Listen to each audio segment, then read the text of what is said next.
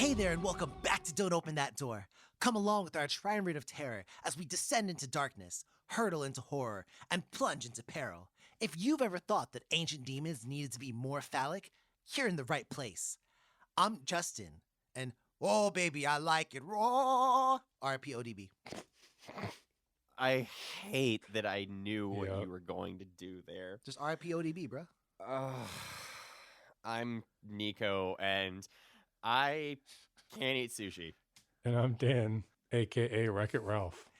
And we are here today to review Rawhead Rex. This is dumb. This was directed by George Pavlou, starring David Dukes as Howard, Kelly Piper as Elaine, Ronan Wilmot as Declan the Virgin, Niall O'Brien as Detective Isaac, and Heinrich von Schellendorf as Rawhead Rex. Rawhead Rex. As a quick aside note, my voice has been messed up for the last 2 weeks and I finally got it back, so if I go overboard with the sound effects, you know why.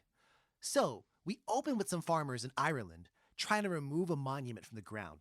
They're unsuccessful, but one guy stays back and keeps trying all by his lonesome. He's somewhat successful because the monument begins to give, but in actuality, this is terrible for his health because lightning strikes and Rawhead Rex rises.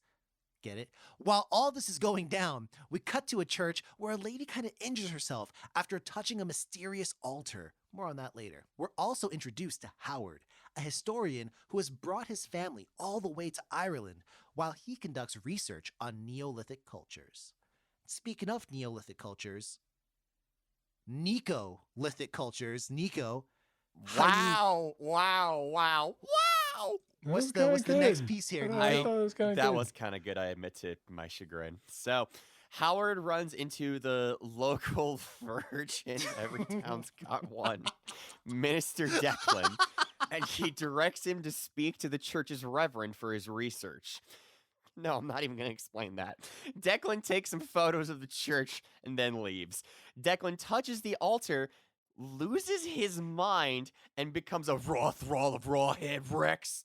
Oh, Meanwhile, Rawhead Rex is still on the loose, though. He runs up on a farmer's house and turbo kills him. He does, however, leave his pregnant wife alone. More on that later. indeed.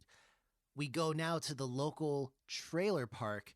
Dan, what's going down on the scene? Well, now the cops get involved, and Rawhead continues his reign of terror. He posts up near a trailer park, which, Justin, in Europe is actually called a caravan park. Oh, indeed. Yeah. And he murderates one of the local folk. Howard goes on a walk and sees Rawhead off in the distance, but he thinks his eyes are playing tricks on him because Rawhead is like really big and, whatever. Howard goes back to the church the next day, but Declan destroys his camera, so Howard just fucks off and leaves. He literally says he's fucking off. Howard tries to take his family to Dublin, but too damn bad because Rawhead Rex shows up and kills his son. Damn. Unfortunate. How's he get his revenge, Nico? Well, he's pissed. So he goes back to the church. He's not where he the only one. You need to leave. Shut the absolute fuck up. Okay, keep reading. He heads back to the church where he notices that there are some images in stained glass that depict Rawhead Rex being defeated by some kind of weapon. But they're all scrambled, so he has to solve that.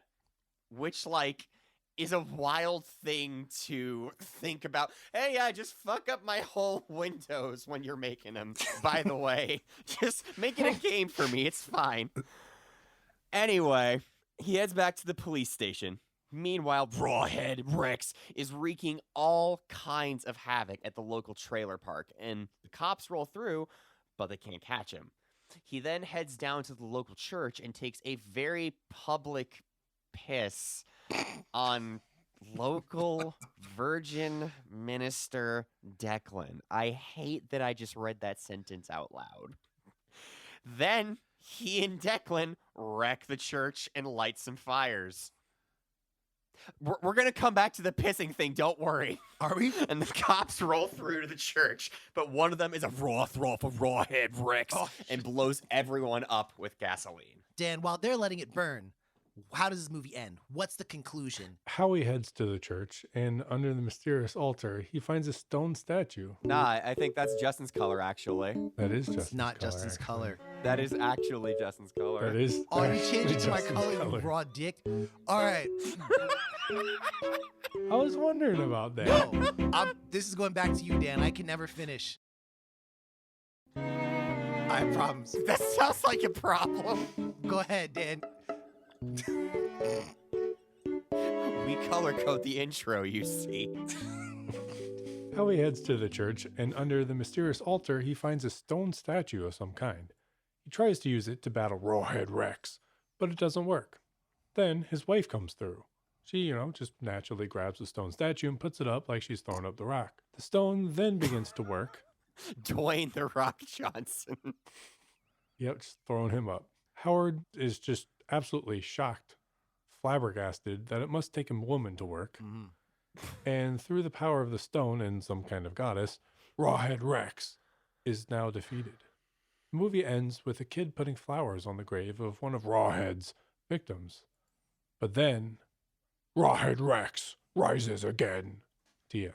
Well, that's the end of the synopsis, but certainly not the end of our discussion, because oh boy, You ever say something so much it loses meaning? yes.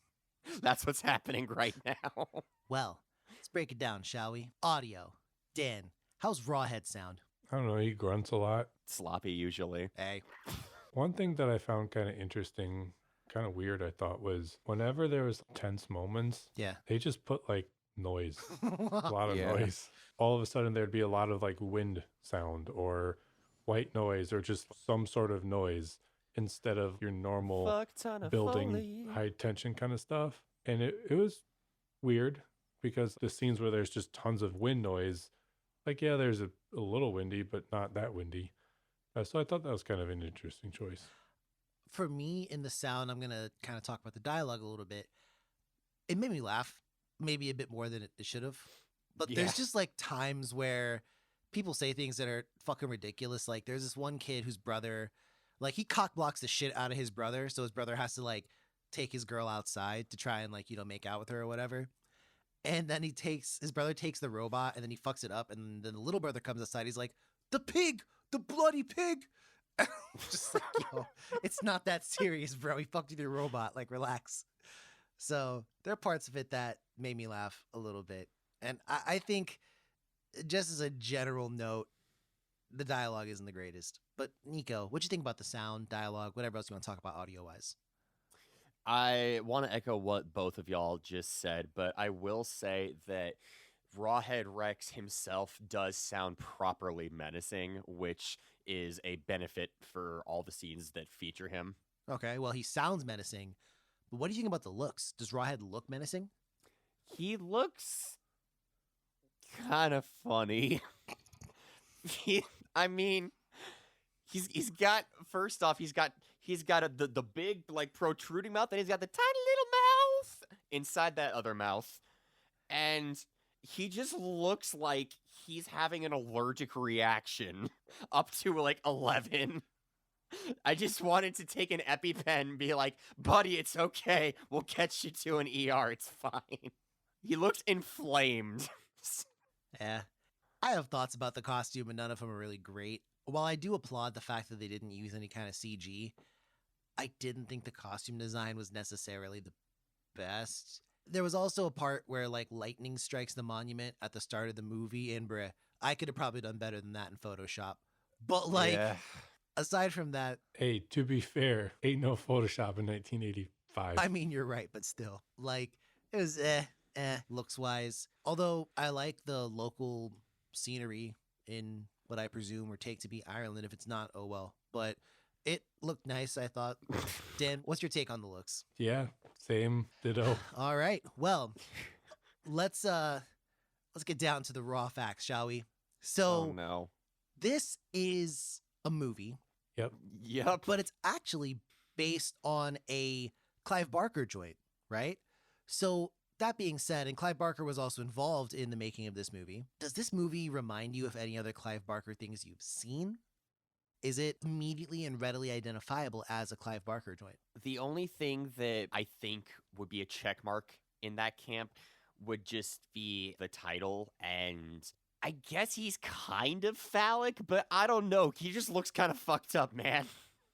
I don't know how to say it. He looks just it's like a Saturday morning cartoon that it's fucking weird. I don't know why I'm having such trouble describing this. Well, I mean, if you saw that motherfucker on Street Sharks, you wouldn't think twice, would you? Yes, he looks like a character in Street Sharks. Holy shit, that's perfect. Yeah, I knew. With the fucking my I does, followed. actually, I yeah. followed what you were talking about. That's That pretty is accurate. Minus goddamn like the fin perfect. and all. Wow, But, like, holy shit. So, well, we've outed ourselves as 90s kids if we haven't already. But that being said, Dan, does it check any Clive Barker boxes for you?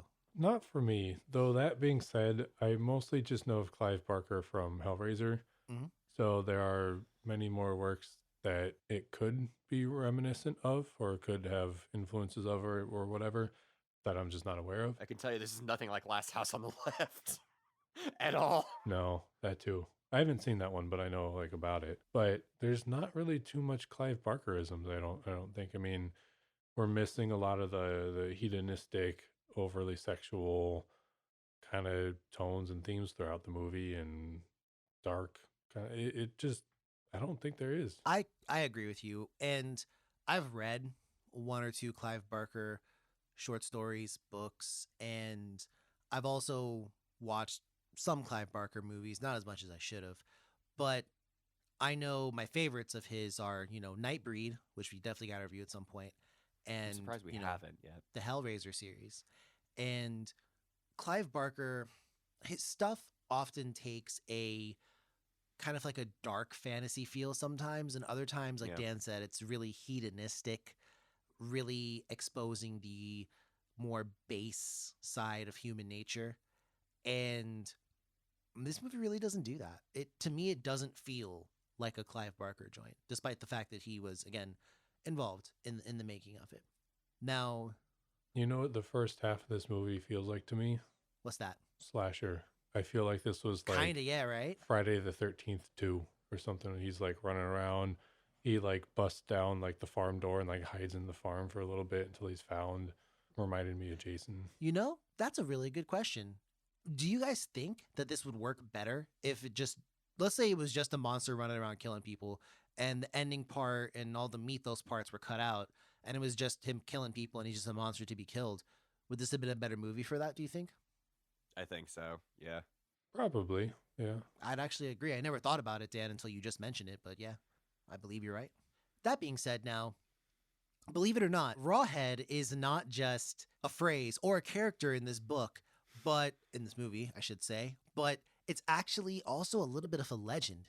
Now, Dan, in a couple words, can you tell me the actual mythos of Rawhead, aka Blood and Bones in some circles? Does it have anything to do with the movie? Not really. I couldn't find any similarities with the movie.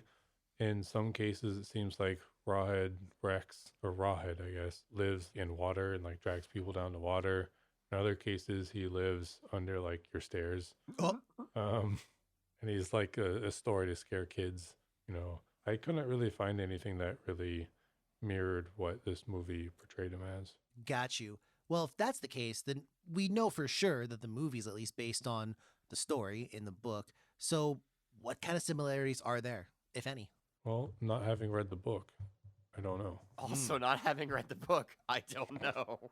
Well, having not read the book, I don't know either, but there was one particular... Tops for this journalistic effort, lads. Indeed. Look me up, CNN. But no, so I will say that there's one particular design, though, Dan. We did talk about this. It just kind of sprung to mind, if you will.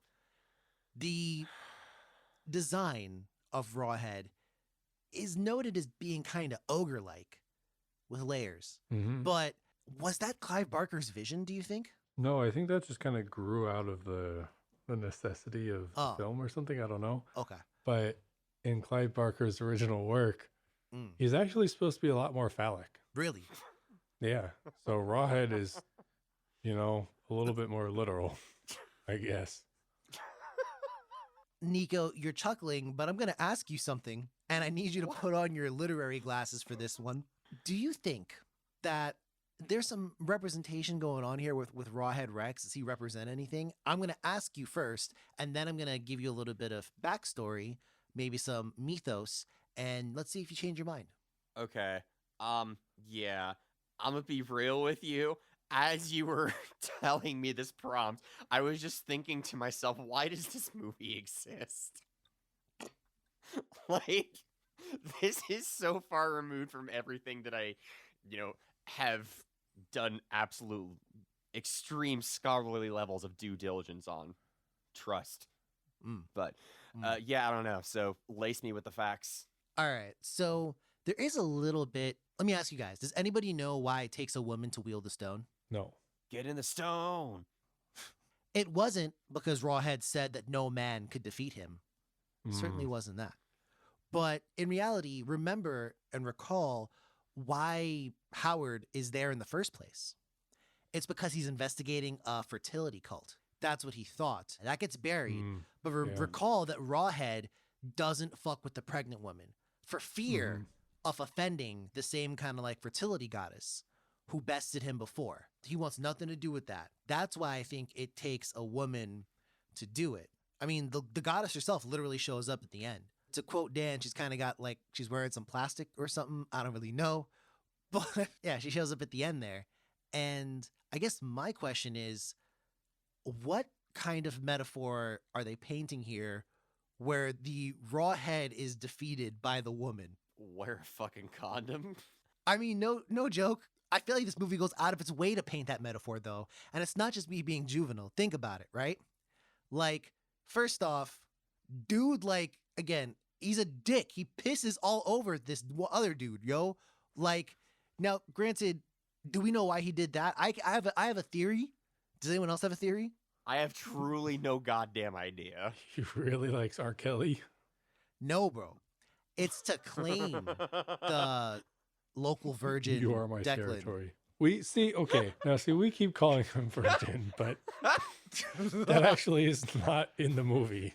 For clarification, You when can't he's base your whole introduced, theory on it that. sounds like he's saying virgin, but he's saying verger or something in an Irish accent, and it sounds like he's saying virgin. And when we were in the middle of the production meeting, we were just like, why the fuck does he introduce himself like that? Yeah.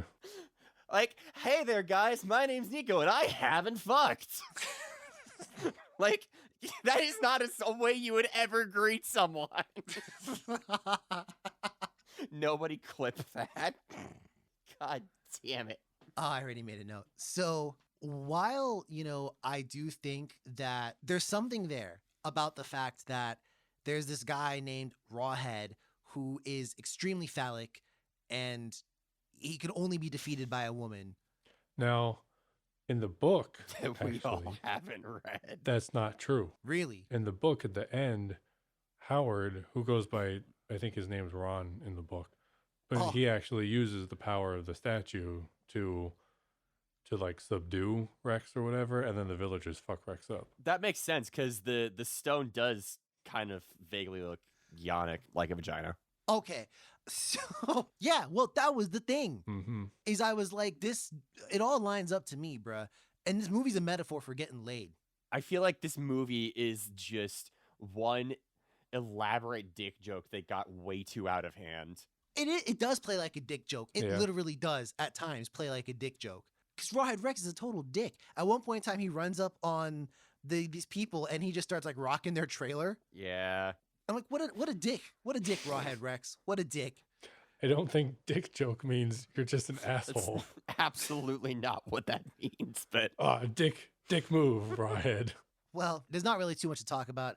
As you probably guess, when it comes to Rawhead, this is a quick one. So, do we have any favorite bits that you have in this movie? Things that brought a smile to your face or you thought was maybe cool? Cool might be pushing it. Interesting? All right. Oh, Hear me out on this one. Oh, geez. All right. So I'm going to have to say it was the one scene. It was Oh, the scene. the scene? It was the scene. The scene. And I don't want to elaborate on which scene because I mean, you guys know what I'm talking about. I want to be put Yeah. on a list or anything for this. Now you gotta say it though, because the audience don't know. The audience don't I know. mean, okay, it was the pissing scene, okay? Okay, so you were into that. No. No, I only thought it was funny because it was so out of pocket. It was so fucking out of pocket. And that caught me off guard. And I honestly like spoilers, but I didn't really like this movie. And not only Oh. like in the this movie was bad, it was funny. I didn't think it was bad enough to be funny. Like, except that scene was fucking hilarious to me. I was just like, why? Like, it was just so out of pocket. So that's why it's my favorite scene. The best part about that scene too is the fact that there's a reverend and he's watching it go down Yeah. with like a look of disgust and maybe a slight bit of intrigue. But like, Well, I he don't also may have been like a half Rothral because true. he touched the altar and saw the visions. Mm-hmm. Just for the audience, we should have explained this earlier, but sometimes Rawhead can like mesmerize people to his side, and we call those people the Rothrals. So just be on the lookout for those. But In case you run Nico. into him on the street. well, Rawhead Rex is still around, bro. True. So Fucking True. apparently. you, Yo, did he like You get on never a know. plane and just like fly over to America? bruh, think about it, yo. He's probably in Vegas right now. He would be in Vegas. I guarantee you I could find someone in Vegas who looks like Rawhead Rex. Well, Nico, does anything in this movie look like fun to you? Do you have any favorite bits? My favorite scene is the scene where Rawhead Rex is going. So it's Howard's family. They're on a road trip. I think is when they're heading to Dublin, and they stop by the side of the road so daughter's name can go to the bathroom. Meanwhile, Rawhead Rex appears and starts attacking son's name.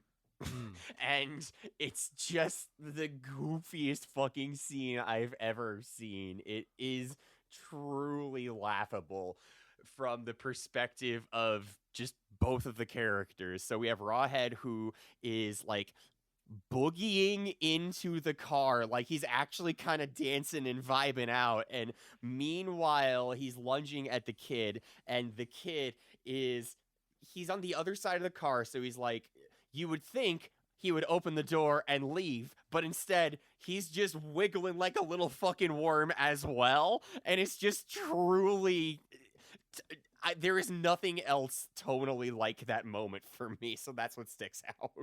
I think for me, probably my favorite scene, as loath as I am to admit it. I'm sorry, bro. That golden shower was just too epic, bro. Like, it was. I've never seen that in a horror movie. I have never seen the villain pee on someone. And not only was it like the villain peed on you, but it was like a willing piss, dude. He like tore open his shirt, the local virgin, and he was like, bless me, Lord, with your gifts. And then he was like, all right, sit tight. And then he just like peed on him. Literally, he's like, all right. And yeah. So, I don't know. But it's time for the what would you do? And it's funny that comes after Not that. Not that. So, let's say we're going to put ourselves in the position of In the Howard. position. Whoa. Whoa. So let's say we know about the sculpture and we know that Rawhead was defeated before. How would you try and defeat Rawhead? With the sculpture. Well, I'm saying, like, let's say maybe you didn't know about the sculpture. Let's say you didn't have it. What Oh, other creative you ways said would you you try and did. defeat Okay. Rawhead? Here's a real uncreative way. I would use a gun, and I wouldn't fucking miss, unlike that one scrub who was like shooting far and away, just not even close to Rawhead. I would just get a fucking shotgun, walk up to him, be like, what's good, bro? Get this in your tiny little mouth. Bye-bye. That's fair. So Nico would go bang, bang. Dan, how about you? They never try violence on this guy except for like a few times. Can't hurt him with violence. Fuck, maybe. Dan, what you thinking? I would do fire. Molotov cocktail, Mm. something, something like that. Fire generally works. So I would go for probably some type of medieval weaponry, like a sword or a spear or something like that. And that's just because you got to defeat people with what they're known about. Oh yeah, Phallus into phallus. yeah. Sword fight this this dude. No, we're not gonna be sword fighting. you would beat him by docking? No, we're not gonna. None of that. None of that. But I'm saying, if you think about it, maybe I should just take a giant zipper and fight him. That would be a surefire way. Ah! A surefire way. Yeah, that's what I'm gonna go for. Oh no. I changed my vote. A giant zipper. I just felt a visceral Yeah, surge of discomfort go yeah. through me as you said that. Every dude knows about that. Yeah. Ugh. Yeah. That one scene from that one movie, I forget what it is. Yeah. I was just gonna say life experience, but sure. Also, No, it's either insert movie here. there's something about Mary. I think that might be the movie. It's a Ben Stiller joint. I know this. He like zips up, but he fucks up and he zips up a bit much. Game over, bro. But yeah, Does that leave him with a raw head? hopefully not. But past that, it's time for the critic review. And oh boy. Where y'all think this one's at on Rotten Tomatoes? I'm gonna say 45. 45. Yep. Interesting. I'm gonna say 46. All right, we split the 'Cause of the tomato, factor. and Dan, you win. It's a 25% from the critics. Oh, They kind of went in on this one. Man. Now, audience score, 38%. So Also bad. Okay. no one really liked it. And in Justin's random news, you might also like two of the movies here. One is called Lady Terminator. I don't know how they got away with that one. And the tagline is, she mates, then she terminates. Oh, Yo. no. I might have to watch this movie after the That pod. sounds like More- a quality She's a movie. praying mantis. more on this later. Next is another one called The Toolbox Murders, which, what the fuck I is wonder this? what the mortar weapon is. What the fuck is this? No one is safe when a killer wielding the deadly contents of his toolbox methodically stalks his prey. I don't know. This movie looks like it might have some fucked up shit going on in it. I don't know based on the cover, but it sounds like this it is could wild. actually. this is wild. But nevertheless, we're talking about Rawhead Rex here. And I want to know what you guys would give it. Where does it rank on your scale? 0 to 100. It's your choice. Who starts? I had a good time doing this episode. I didn't really have a good time watching the movie. It was just kind of bad. It's not great. I mean, there are points of it that are charming, and genuine laughter did escape my belly a few times, but I'm gonna go with the audience 38. Okay, Dan. Yeah, I didn't like this one very much. Like I kind of mentioned before, it definitely wasn't good, but it wasn't bad enough to be good, and I found it boring, and I found myself opening up my phone and like playing games on my phone and stuff. Like it just didn't capture me, Mm-hmm. I'm gonna go with 33. All right, I'm a little more generous. I give this one like a 50. And I think that, to me, this is a schlock horror movie. Definition of it. And if I was bored, if there was nothing else going on, I could put this on. Like if I'm hanging out with my mom or something, we could put this on and laugh at it. I feel You like. would watch this movie with your mom?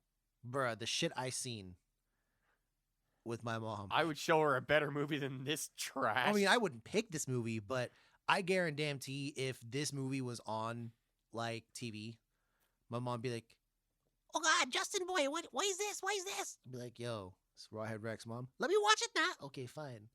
So that would be the extent of that. That's a 1-to-1 of my mom's voice right there, by the way. Pretty close. So Pretty close. Yeah. So I gotta ask, is this one gonna get a recommend? Yeah. No, it's not. No, it's not. No, That's it's what- not. That's what I thought. Yeah, if that's the case, then Episode over. Them's the breaks. that's what it is. So All right, bye. if you like what you've heard and have not gotten your fill of inappropriate jokes, we're on social media. We're on Twitter and Instagram at DOTD Horror. We're also on Facebook at Don't Open That Door. Plus, you can check everything we've done on our website, which is, of course, dotdhorror.com. Hey guys, now we can say we have Rawhead on our website. We do. I hate this. I hate it. Well, take care of one another, dear listener. Always practice safe sex. And never forget, don't open that door. Bye.